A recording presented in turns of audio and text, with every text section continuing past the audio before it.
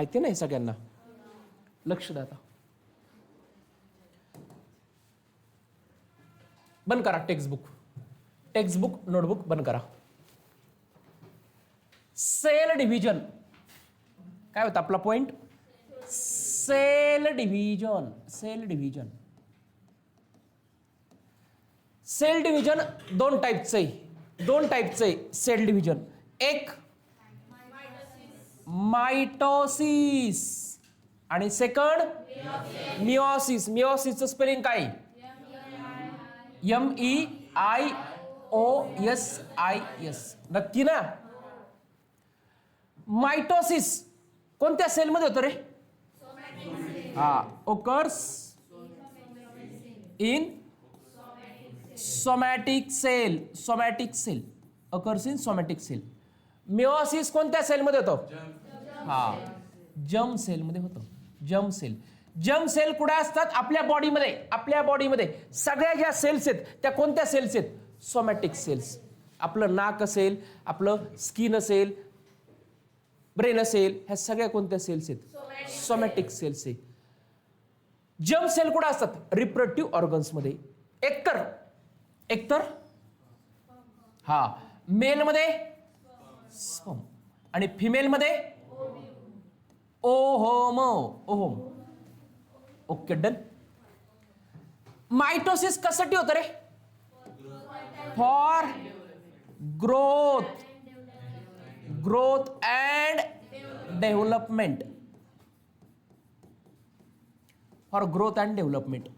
Meiosis कशासाठी होतं? Production of gamete. Production of gametes. Gametes म्हणजे स्पर्म आणि ओव्हम. त्यानंतर काय होतं? याच्यामध्ये number of chromosome. CHROMOSOME. Number of chromosome does not change. म्हणजे काय रे? आपलं जे क्रोमोझोम असणार त्याच्यामध्ये, आपलं जे सेल्स असणार त्याच्यामध्ये किती क्रोमोझोम असतात? 46. मग हे एक सेल आहे. याच्यापासून 2 सेल नवीन तयार झाले. याच्यापासून 2 नवीन सेल तयार झाले. याच्यामध्ये पण किती क्रोमोझोम असणार आहे? याच्यामध्ये पण किती असणार आहे? आणि ज्याच्यामध्ये 46 क्रोमोझोम असतात त्याला आपण डिप्लॉइड सेल म्हणतो. मग सोमॅटिक सेलमध्ये एका डिप्लॉइड पासून किती डिप्लॉइड तयार होणार? 2 डिप्लॉइड तयार होणार. म्हणजे याच्यात पण 46, याच्यात पण 46. क्रोमोझोम चेंज होतात का? नाही होत. मग याच्यामध्ये तुम्हाला सांगितलं 2n. 46 म्हणजे काय रे? 2n. 2n पासून जे काही 2 क्रोमोझोम तयार होतात ना ते पण काय असतात? 2n. ओके डन झालं. इकडे काय होतं रे? Number of chromosome. CHROM chromosome. Number of chromosome become half. म्हणजे होतं काय? हे डिप्लॉइड आहे पण कोणतं आहे? जर्म सेल आहे. ओके. याच्यापासून जे काही क्रोमोझोम तयार होणार ना ते काय असणार आहे? हा N असणार आहे, हा पण N असणार आहे. याला काय म्हणतो रे? N ला हॅप्लॉइड. पण ह्याचं परत मिओसिस मध्ये ह्याचं परत डिव्हिजन होतं बरं का. आणि ह्या N पासून अजून 2 N तयार होतात आणि ह्या N पासून अजून 2 N तयार होतात. म्हणजे एका डिप्लॉइड सेल पासून किती हॅप्लॉइड सेल तयार झाले रे? 4. कशामध्ये? मिओसिस मध्ये. मायटोसिस मध्ये एका 2n पासून 2 डिप्लॉइड तयार झाले. MCQ विचारतील बरं का. Number of chromosome become half. आणि याच्यामध्ये जे काय होणार ना मिओसिस मध्ये जे काय होणार ना तर हे होणार एका 2n पासून पहिल्यांदा n होणार, परत त्याचं डिव्हिजन होणार. या n पासून 2n. ओके डन झालं. हा डिफरन्स झाला कशातला? मायटोसिस आणि मिओसिस मधला. त्यानंतर आपण पाहिलं तर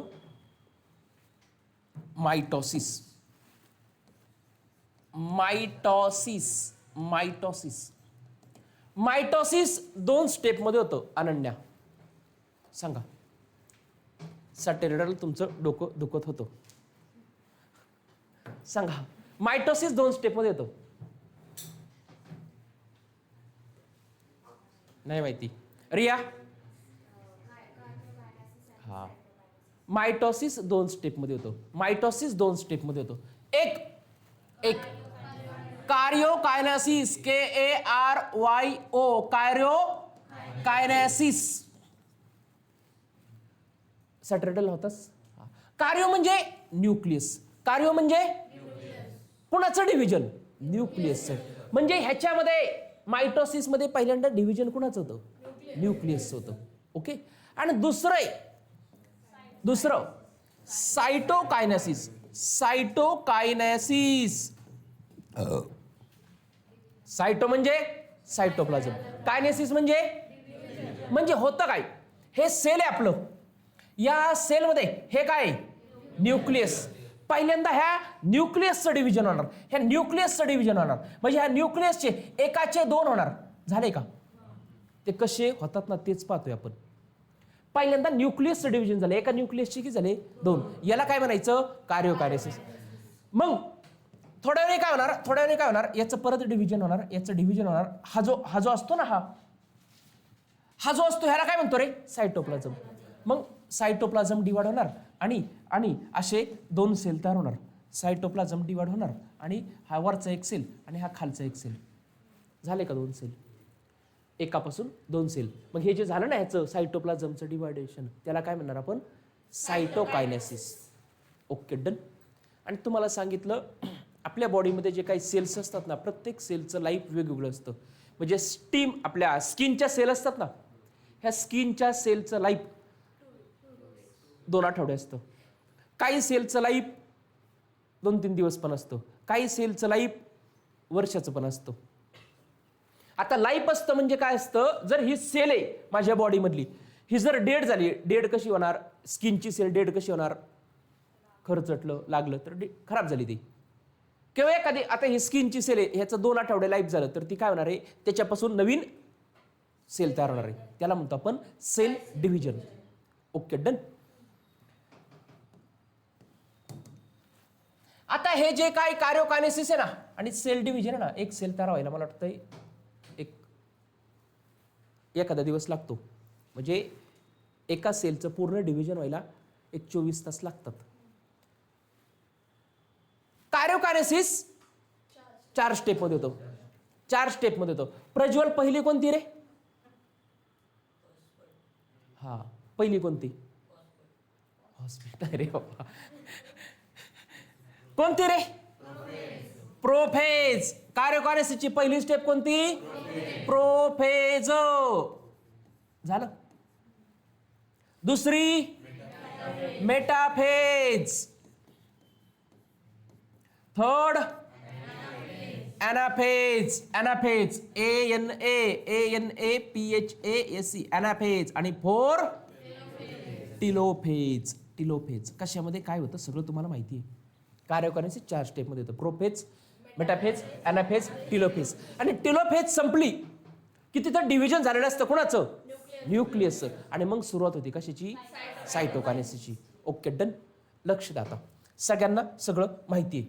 आपण पाहत होतो पहिल्यांदा आपण लिहिलं होतं काय लिहिलं होतं? कार्योकायनेसिस.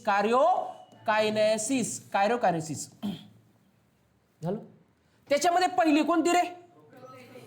प्रोफेज. आता सांगायचं, ज्याला विचारलं त्याने सांगायचं. बघा आता माझ्या बॉडीमधलं हे सेल आहे का? हे सेल आहे. हे सेलचं काय रे? हे न्यूक्लियस आहे. ओके. मग ज्यावेळेस तुम्ही ह्या सेलला ह्याच्यामध्ये पाहणार आहे, कशामध्ये? मायक्रोस्कोपमध्ये. त्या अशा टाईपचं दिसणार आहे. हे जे आहे ना रेड, याला काय म्हणतो रे आपण? Chromatin fibre. काय म्हणणार? त्या हा एक क्रोमोझोमच, पण एक थ्रेड लाईक दोऱ्यातून रीळ असतं ना दोऱ्याचं, तर त्याच्यातून तो दोरा टाकला कसाही पसरला तर तसं दिसतं. त्याप्रमाणे हे दिसणार आहे. इनव्हिजिबल असतं जवळपास. याच्यामध्ये एक ऑर्गन असतो इथं. कोणता रे? न्यूक्लिओलस. ॲनिमल सेलमध्ये अजून एक इथं हे असतं. काय रे? सेंट्रॉइल असतो. ओके. मग आता ह्या सेलचं एज झालं, 2 आठवडे जगलो. आता हे काय होणार आहे? हा, मरणार नाही. ह्याच्यापासून नवीन 2 तयार होणार आहे. मग ज्यावेळेस सेल डिव्हिजन स्टार्ट होतं. ज्यावेळेस सेल डिव्हिजन स्टार्ट व्हायला सुरुवात होते त्यावेळेस ह्या ज्या न्यूक्लियस मधलं आहे ना क्रोमॅटिन फायबर ते कंडेन्स होतात. क्रोमॅटिन फायबर कंडेन्स होतात आणि क्रोमॅटिन फायबर कंडेन्स झाले की आपल्याला मग क्रोमोझोम दिसू लागतात. क्रोमोझोम कधी दिसणार? क्रोमोझोम कधी दिसणार? At the time of prophase. कधी दिसणार? प्रोफेजच्या स्टार्टिंगला. हे आत्ता माझ्या स्किनवरचं एखादं सेल असं असेल पण त्याचं एज झालं, त्याचं डिव्हिजन व्हायला स्टार्ट झालं ना, हे क्रोमॅटिन फायबर काय होणार आहे? कंडेन्स होणार. क्रोमॅटिन फायबर कंडेन्स होणार आणि ते कंडेन्स झालं की त्याच्यापासून काय दिसणार आहे आपल्याला? त्याच्यापासून दिसणार आहे असे क्रोमोझोम दिसतात.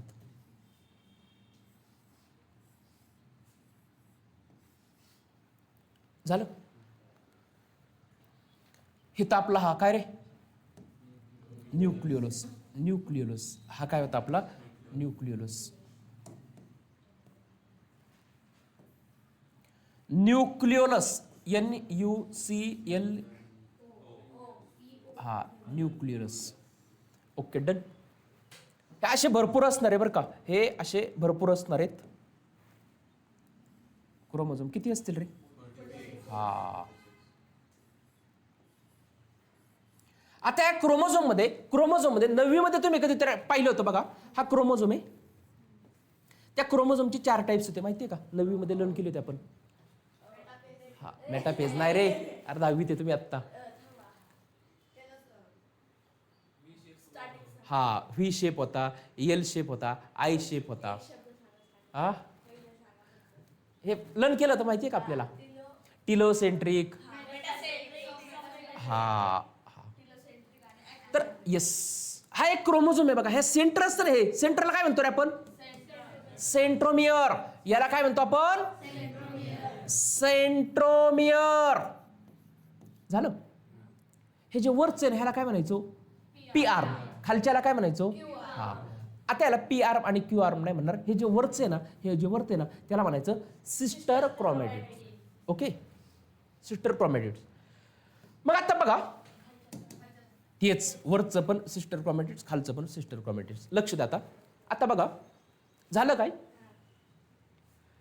प्रोफेजच्या स्टार्टिंगला chromatin fibre condense and form chromosome. दुसरं काय होतं रे? Nucleolus start to disappear. हा जो न्यूक्लियस आहे ना तो डिसॅपियर व्हायला स्टार्ट होतो. हा. तिसरं काय होतं रे? Nuclear membrane also. हे न्यूक्लिअर मेम्ब्रेन आहे ना, हे पण काय होतं? डिसॅपियर व्हायला स्टार्ट होतं. हे जे आहे ना आपलं, हे काय रे? Nuclear membrane. Nuclear membrane.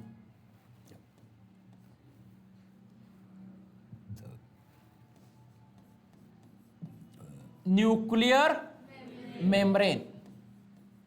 अजून एक स्टेप होती, काय होती रे? यस. हा इथं सेंट्रॉइड असतो, हा डुप्लिकेट होतो म्हणजे त्याचे 2 पार्ट्स होतात आणि एक पार्ट्स वरती जायला सुरुवात करतो, एक खाली जायला. प्रोपेज मधले 3 ते 4 पॉइंट्स. पहिला chromatin fibre condense and form chromosome. दुसरा nucleolus. Yes. Third central duplicate and start to opposite poles. Disappear नाही रे. झालं. हा का?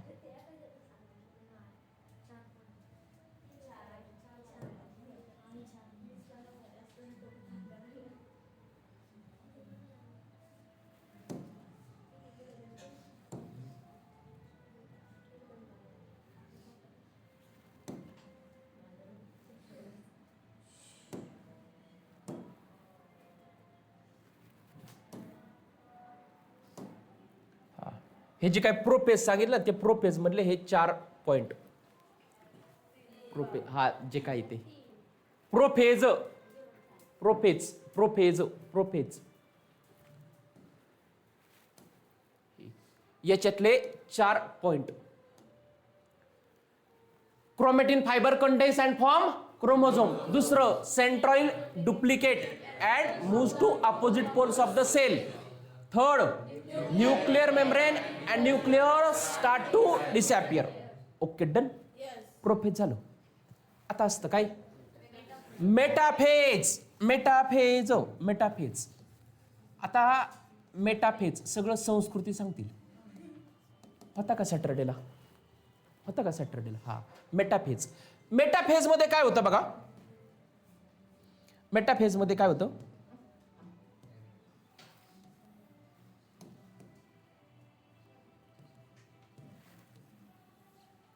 हे काय आपलं सेल मेम्ब्रेन. ओके. मेटाफेज मध्ये काय होतं रे? Nuclear membrane completely disappear. तर nuclear membrane completely, nucleolus completely disappear. Third काय होतं रे? हा सेंट्रोमियर आहे ना. सेंट्रोमियर हा अपोजिट पोल्सला जातो. एक वरती गेला. सेंट्रोमियर मूव्स टू हा centriole. Centriole moves to opposite poles. हा काय आहे? हा centriole. Centriole CENTROIL. Centriole moves to opposite pole. आणि त्या सेंट्रॉइलच्या मध्ये कार्तिक एक हे तयार होतं. काय होतं रे? काही बोलायचं. काय तयार होतं रे? स्पिंडल फायबर तयार होतात. याच्या दरम्यान काय तयार होतात? Spindle fibre. झाले. आता ह्याच्यावरती सगळे क्रोमोझोम अरेंज होतात. त्याला काय म्हणतो रे? All chromosomes are arrange on equatorial plane. मग काढूया तिथं सगळे क्रोमोझोम. कोणत्या कलरचे काढले होते तिकडं? ग्रीन. इथं पण ग्रीन काढूयात. झालं.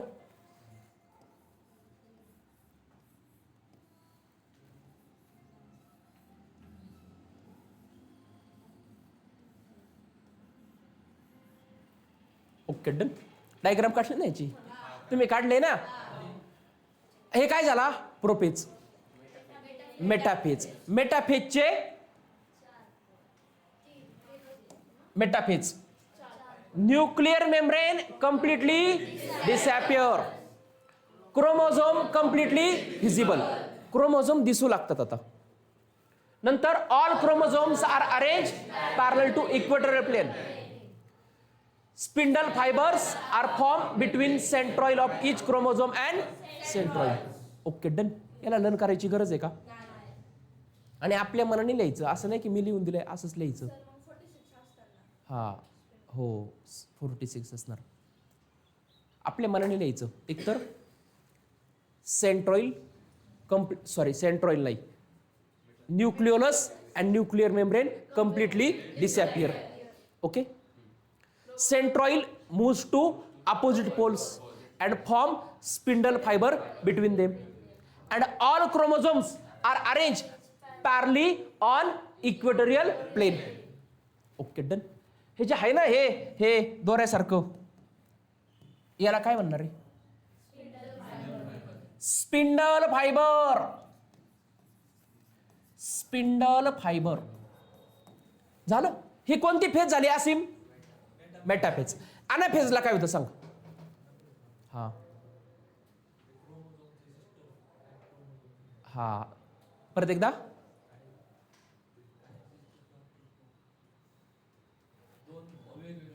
हा हे जे आहे वरचं सेंट्रॉइल, हा हे स्पिंडल फायबरच्या प्ले वडतं. मग काय होणार आहे? ह्या क्रोमोझोम इथून ब्रेक होतात सेंट्रोमियर मधून. सेंट्रोमियर आहे ना मधला, इथून ब्रेक होतात आणि हाफ पार्ट वरती जातो, हाफ पार्ट त्याला काय म्हणतो आपण? अनाफेज. अनाफेज. अनाफेजची डायग्राम काढली होती ना? अनाफेज मध्ये काय होतं? अनाफेज मध्ये काय होतं?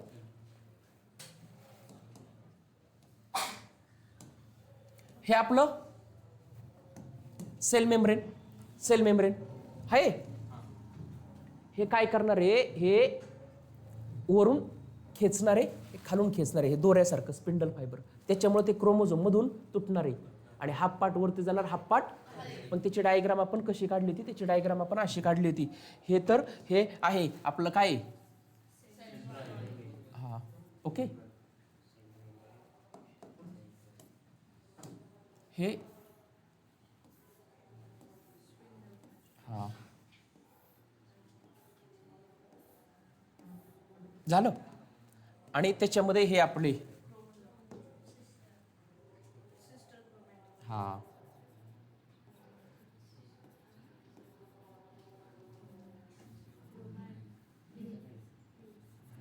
झालं.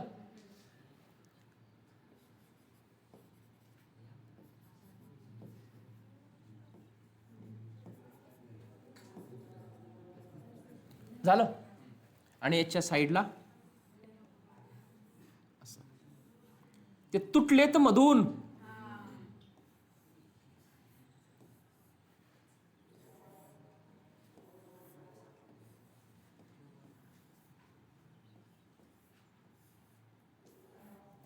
हा जो पार्ट आहे ना तुटलेला, हा पार्ट वरती गेलेला, याला काय म्हणणार?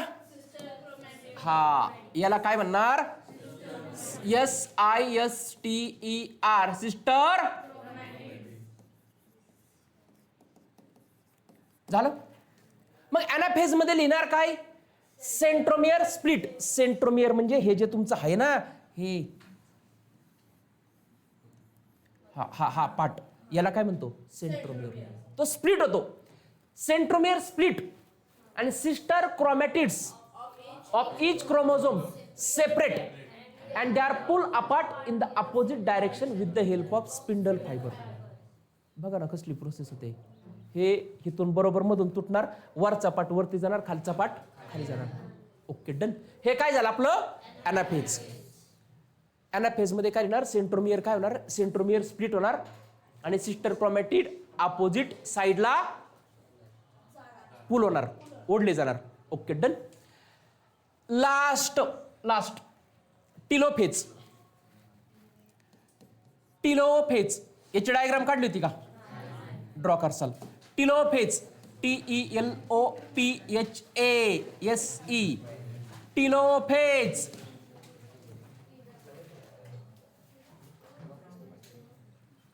टिलोफेज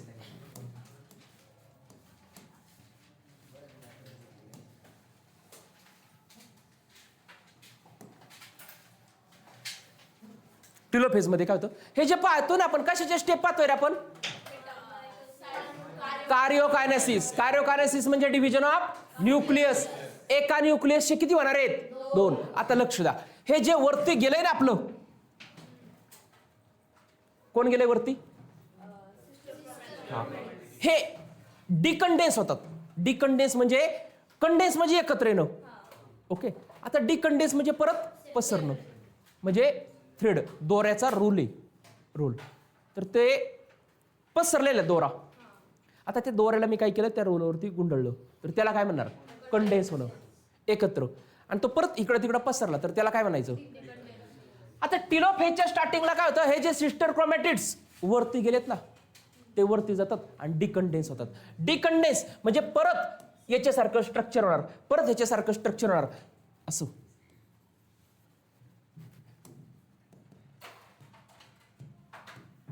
असं स्ट्रक्चर होणार, थ्रेड लाईक, इनव्हिजिबल. झालं. वरच्याचं वरती झालं, खालच्याचं झालं. ओके. आता टिलोफेज मध्ये हे झालं ना, याच्या भोवती हे येतं, हा न्यूक्लिअर मेम्ब्रेन आलं. झालं. त्या न्यूक्लिअर मेम्ब्रेनच्या आधी स्टार्टिंगला हे ते एक पार्ट्स होता, काय होतं रे? डिसअपियर झालं होतं, न्यूक्लियोलस. न्यूक्लियोलस काय झालं? अपियर झालं. झालं. तसंच खालच्या ह्याच्या भोवती पण काय येणार आहे? न्यूक्लिअर मेम्ब्रेन, न्यूक्लियोलस आला. हे काय आहे? याला लेबलिंग करतो, लेबलिंग करतो. हा काय?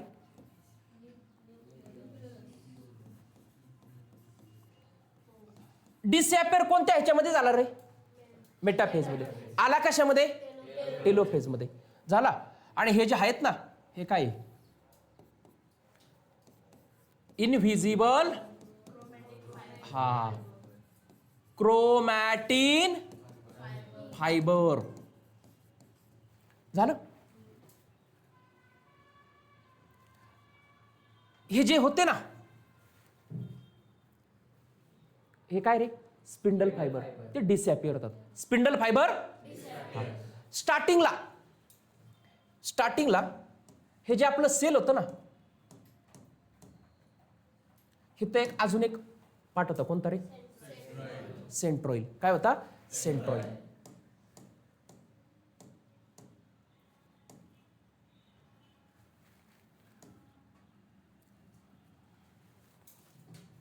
हे झालं. मग ह्याच्यामध्ये लिहिणार काय, the sister chromatids which have reach at opposite poles start to decondense and become thread like thin and invisible structure. जे काय आपलं काय होतं ना, सिस्टर क्रोमॅटिड्स, तो वरती गेला होता, तो काय झाला, डिकंडेन्स, आणि परत क्रोमॅटिन फायबर बनले. पहिला पॉइंट. दुसरा, nuclear membrane is form around the set of chromosome. याच्या भोवती काय तयार झालं, nuclear membrane. Nucleolus also appears in each daughter nucleus. हे न्यूक्लियस आहे, ह्याच्यामध्ये काय आला, nucleolus. Spindle fibre completely disappear. Okay, done.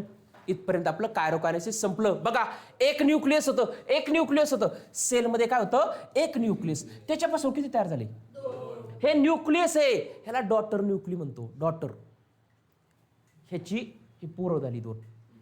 आता आपल्याला करायचेत काय, 2 सेल तयार करायचेत. 2 सेल तयार करायचेत ना. आता सुरू होणार कशाला, सायटोकायनेसिसला. डायग्राम ड्रॉ करा.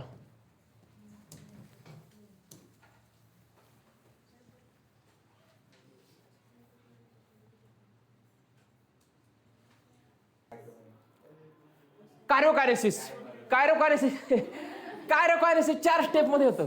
एक तर प्रोफेज, मेटाफेज, अनाफेज, टिलोफेज. आणि टिलोफेजच्या एंडिंगला एका न्यूक्लियसचे किती न्यूक्लियस तयार झाले, 2 न्यूक्लियस तयार झाले. ओके, डन झालं. हेडिंग लिहा, सायटोकायनेसिस.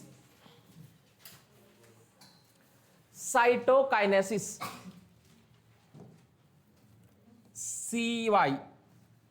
सायटो म्हणजे सायटोप्लाझम, कायनेसिस म्हणजे डिव्हिजन ऑफ सायटोप्लाझम.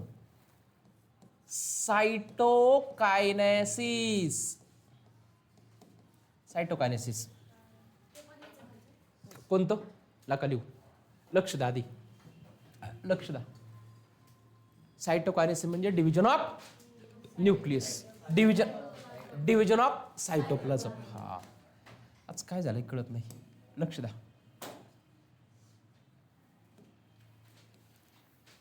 आहे काय आपलं, हा, सेल मेम्ब्रेन. टेलोफेजच्या एंडिंगला याच्यात काय झालं रे, हा, 2 न्यूक्लियस होते. एक न्यूक्लिअर मेम्ब्रेन वरती, एक खाली. याच्यामध्ये ते आपले काय, क्रोमॅटिन फायबर. याच्यामध्ये हे आपले क्रोमॅटिन फायबर. इथं एक आला होता आपला, कोण आला होता, न्यूक्लिओलस आला होता. इथं एक आला होता, कोण.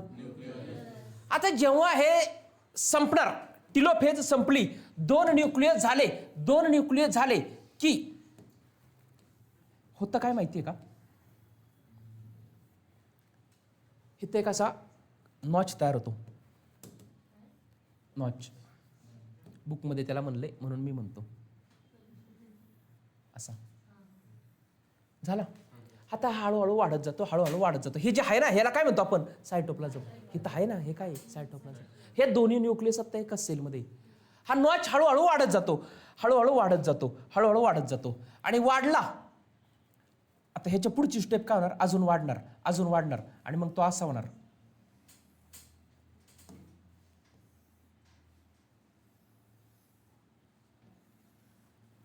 इथं वरचं न्यूक्लियस आणि हे खालचं.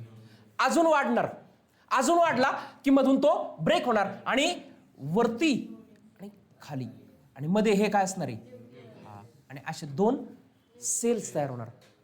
झालं. आता हे 2 सेल तयार झाले, याला म्हणणार आपण डॉटर सेल.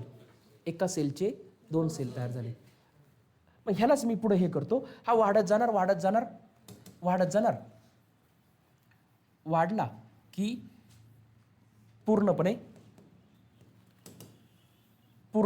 वरती हे एक सेल तयार झालं आणि हे एक सेल तयार झालं. आता हे दोन्ही नवीन सेल आहे, नवीन सेल्स आहे, एकदम फ्रेश असणार. झालं. हे काय रे? Cell membrane.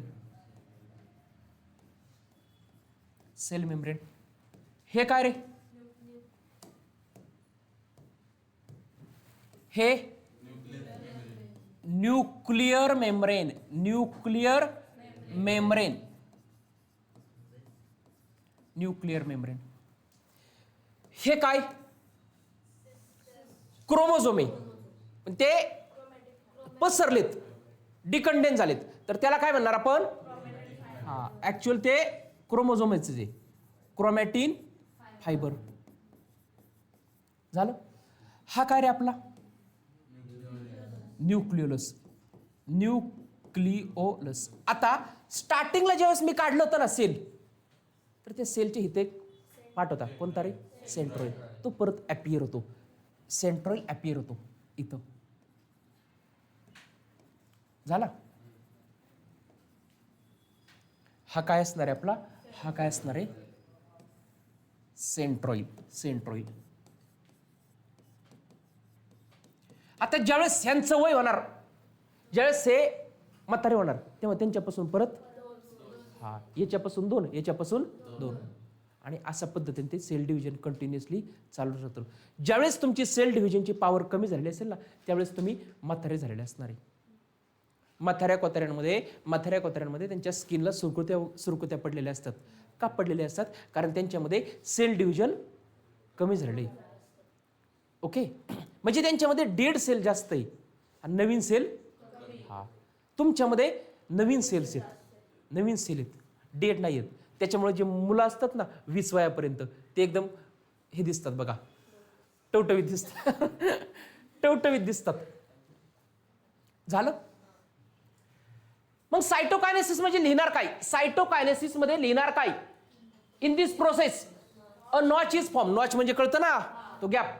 A notch is form at equatorial plane which is gradually increases and 2 new cells are. इथं एक नॉच तयार होणार, तो नॉच वाढत जाणार आणि एका पॉइंटला वरचा पाट, खालचा पाट, आणि 2 न्यू सेल तयार होणार. त्याला काय म्हणणार आपण? डॉटर न्यूक्लिय नाही बरं का, डॉटर न्यूक्लिय नाही रे, डॉटर, अरे सेल, डॉटर सेल्स. न्यूक्लिय म्हणजे हे, ते ह्याच्यामध्येच तयार झालं. कशामध्ये? टिलोफेजला. इथं जे 2 सेल तयार झालेत ना, त्याला काय म्हणणार आपण? Daughter cells. आणि इथं अशा पद्धतीने आपलं हे संपलं. काय संपलं? मायटोसिस संपलं. लेते पॉइंट. एक विचारलं की नका दुसरं भलतंच सांगा ताई.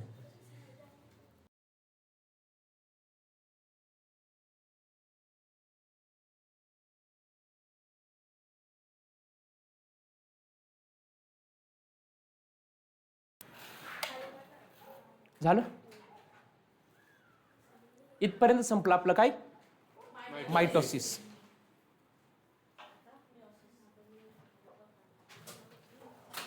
मिओसिस काय कंप्लीट नाही पाहिजे बरं का आपल्याला, म्हणजे बुक्स मध्येच नाही दिलेलं. हे झालं. ते 11-12 मध्ये पाहिजे तुम्हाला मिओसिस कंप्लीट, कारण ते लय मोठी प्रोसेस आहे. झालं सगळ्यांचं? झालं.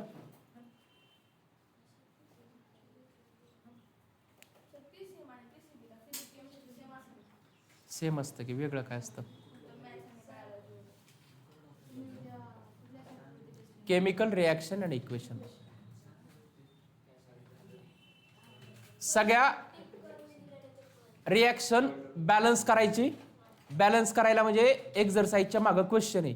एक्झरसाइजच्या मागे एक क्वेश्चन आहे, त्याच्यामध्ये 4 रिॲक्शन आहे. त्याच्यापैकी कोणत्याही 2 असतील.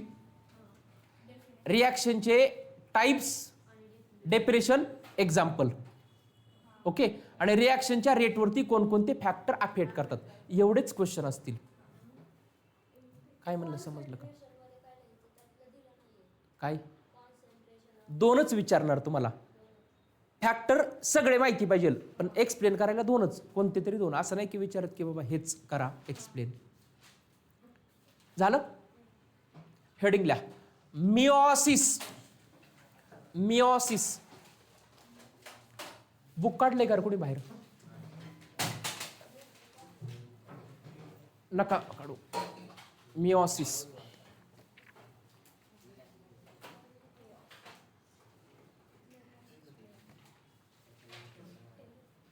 आणि ते मायटोसिस आहे ना, मायटोसिस कसं होतं ना, हे तुम्हाला ऍक्च्युअल तुम्ही बघू शकता बरं का. म्हणजे ते एक्सपेरिमेंट दिलाय तुम्हाला. कांद्याचं हे घ्यायचं, हा कांद्याचे खालचे रूट्स असतात ना, आणि हे तुम्ही स्कूलमध्ये केलं पाहिजे.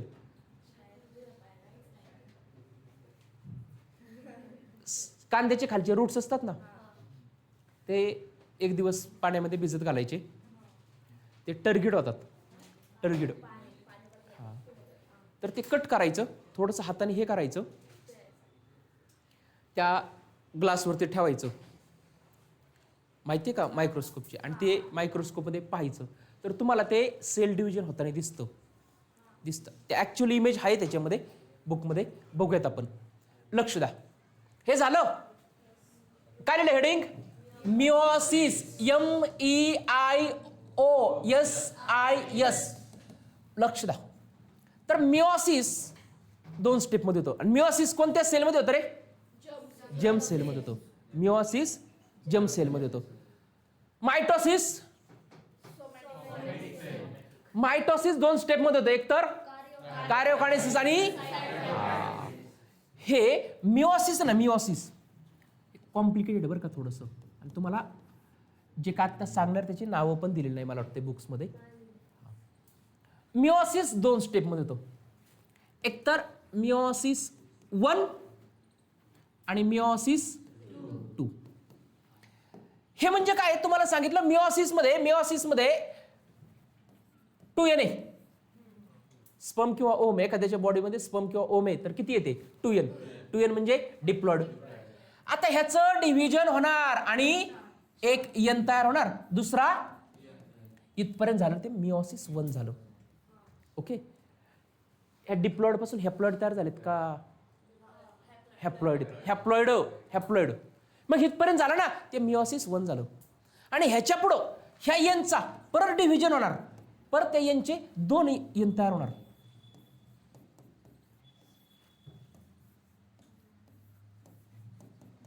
हे जे झालं ना, मिओसिस 2 झालं. समजलं का? 2n पासून 2n तयार झाले, ह्याला मिओसिस 1. त्या 2n पासून 4n तयार झाले, ह्याला म्हणायचं मिओसिस 2.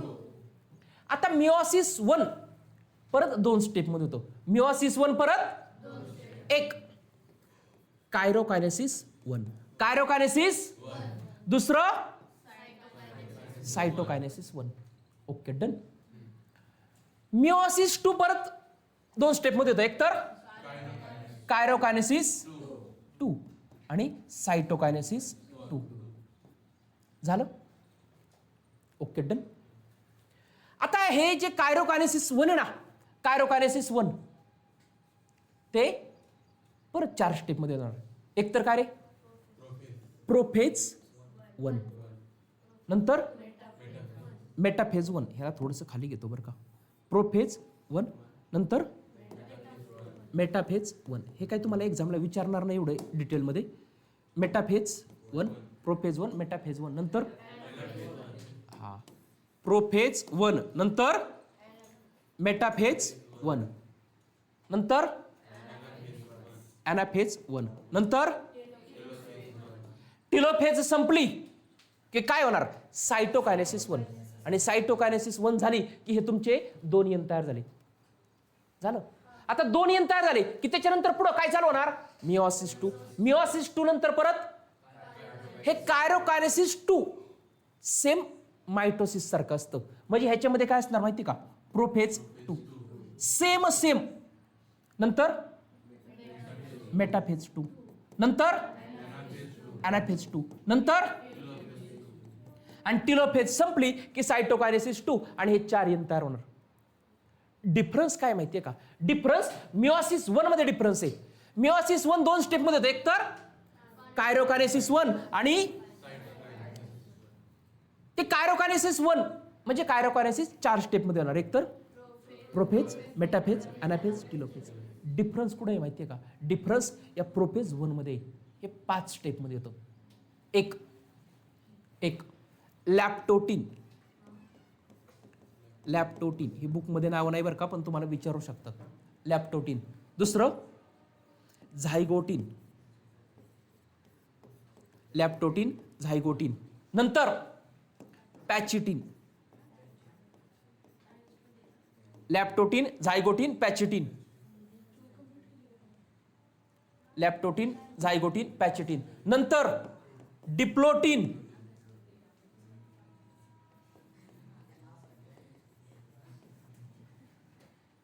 आणि नंतर डायकायनेसिस. लक्ष द्या. प्रोफेज 1 किती स्टेप मध्ये येणार? 5. पहिलं लॅप्टोटीन, झायगोटीन, पॅचिटीन, डिप्लोटीन, डायकायनेसिस. प्रोफेज 1 किती स्टेप मध्ये होणार? 5. पहिली लॅप्टोटीन, झायगोटीन, पॅचिटीन, डिप्लोटीन, डायकायनेसिस.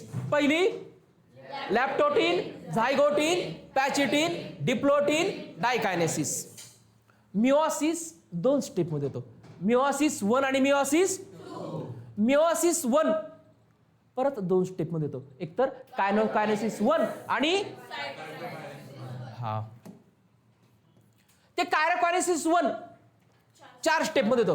Prophase 1, metaphase 1, अनाफेज 1, telophase 1. त्या प्रोफेज 1 चे 5 टाईप आहे. हा डिफरन्स आहे फक्त मायटोसिस आणि मिओसिस मध्ये. प्रोफेज 1 चे 5 टाईप. लॅप्टोटीन, झायगोटीन, पॅचिटीन, डिप्लोटीन. बाकी मिओसिस 2 सेम याच्यासारखं असणार. कोणासारखं? मायटोसिस सारखं. Okay done. लिहून टाका हा.